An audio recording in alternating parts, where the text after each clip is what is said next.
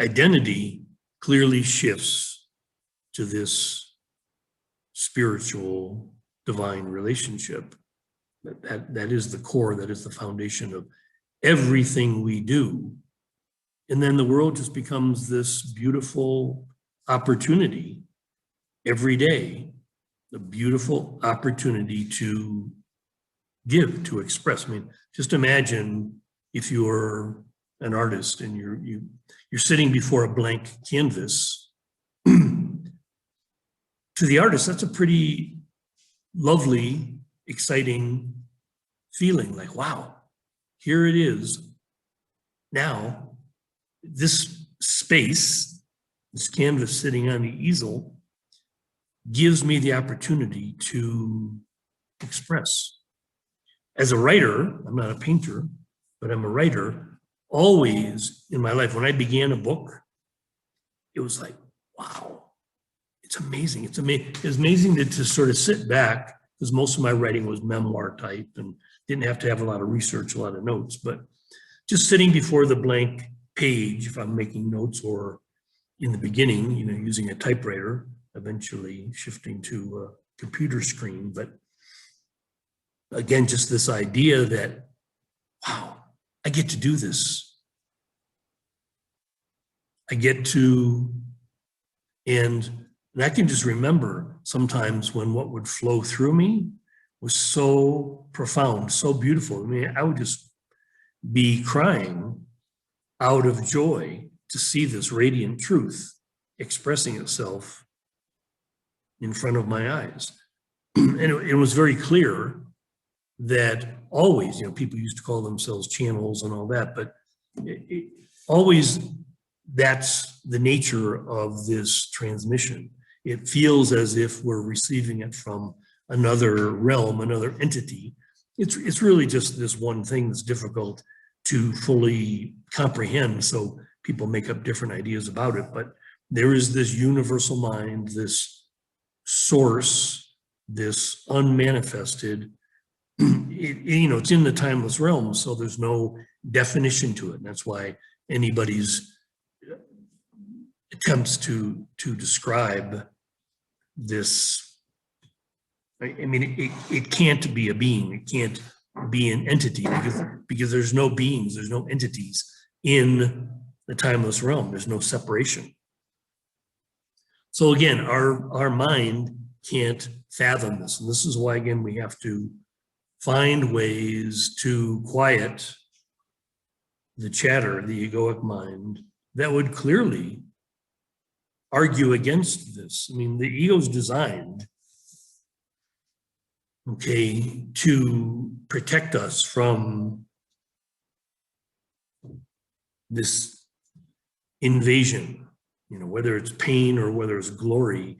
Either way, the ego is designed to protect us from this powerful, radiant truth.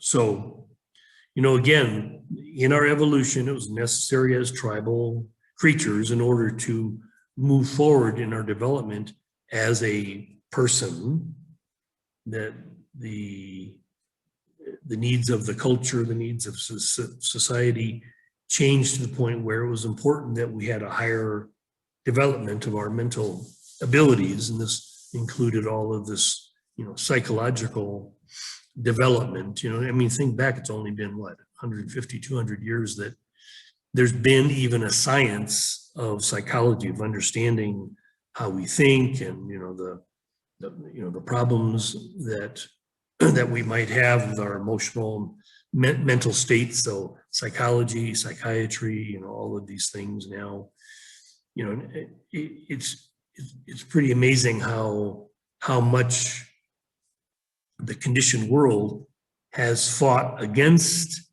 this other thing that was happening with our evolution, that we would start awakening and start realizing the true nature of power.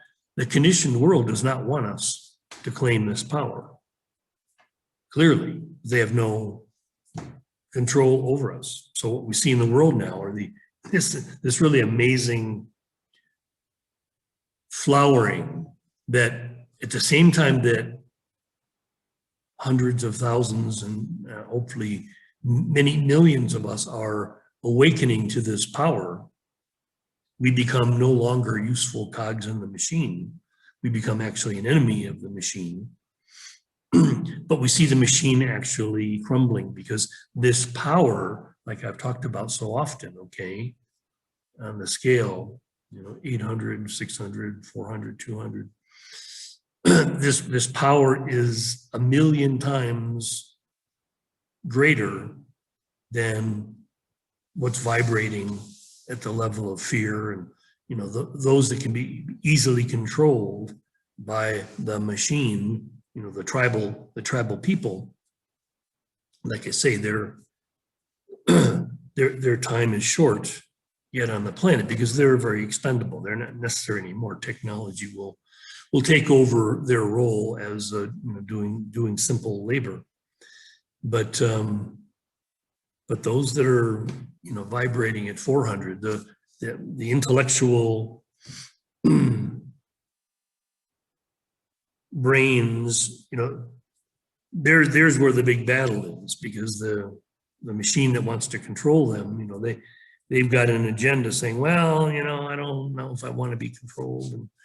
And but again, the solution is what we're talking about, a new earth that begins at the vibrational level of 600, that is really all about seeing what's really happening.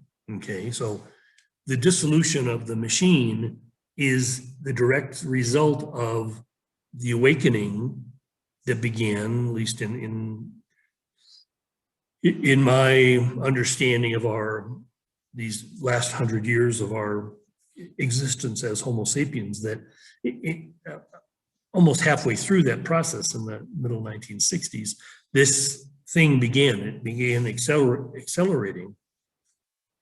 That many people. I mean, I'm looking at these individuals that made these contributions. U.S. Anderson, he was born in 1917. Jane Roberts, 1929. Pat Rodriguez, 1926. So these individuals, and of course many others, were all born around the same time as my mother was born. So one generation before me, these individuals were born that would help begin this process in the 1950s, 1960s, 1970s. And again, it's interesting, you look back and go, okay, back then they needed to make up this story, just like Christians made up stories about Jesus. And these people had to make up stories about these different entities, including Helen Schuckman with A Course in Miracles. It was the teacher identified himself as Jesus. Well, now, if you are directly connected to that energetic source, it wouldn't any longer call itself Jesus. It would say, well, I used that at the time because that would help you understand that we were looking again at some of the teachings that the historical Jesus made, and what's because the Bible, Christianity has been a pretty powerful influence in the world. So, of course, Miracles was here to undo that influence and kind of tell the real story. The real story, of course, Miracles is the same thing. Remember, I shared one of my talks about the dream, the helicopter dream. I mean, it's like the point of A Course in Miracles is to teach us that we are, we use the term God, we are the Christ. We are the emissary. We are the part of the Trinity, okay, with the Father in the Christian terminology, Father, Son, and Holy Spirit, okay, that's what we are. And, the whole Christian idea of the second coming of the Christ, obviously many evangelical Christians, they believe that's a real thing, that Jesus is going to return, where in fact, I know, that we are it. We are the second coming. This is what was clearly stated in A Course in Miracles, that A Course in Miracles basically said that it was a significant part of the second coming. It was like the instruction manual for the second coming. And the second coming would be these 1,000 points of light, the many of us around the globe that would wake up and recognize exactly what the Christ energy is and be that. Okay, we are that. Okay, 3 magic words. We are that. If you look at any mystical tradition, always there's a pointer to I am that. There's nothing more. When you realize that, when you can say that in whatever language and whatever words, but I am that. I am that which I have been seeking. Okay, so if I have this talk, seeking and finding, finding is waking up to, it's not outside of me, it's inside me. I am that. This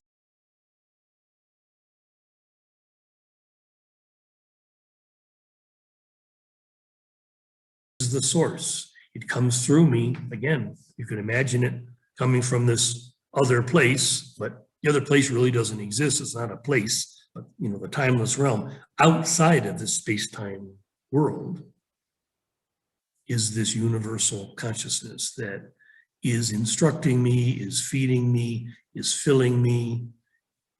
It's the answer to anything that I've ever sought. And then, like I said, then the world, you, my family, this place, everything just becomes a playground, a place in which I am invited to play, to participate, to give my highest creative gifts. And in that simple function is my happiness. Okay, little by little, see how it's an essential part of one thing.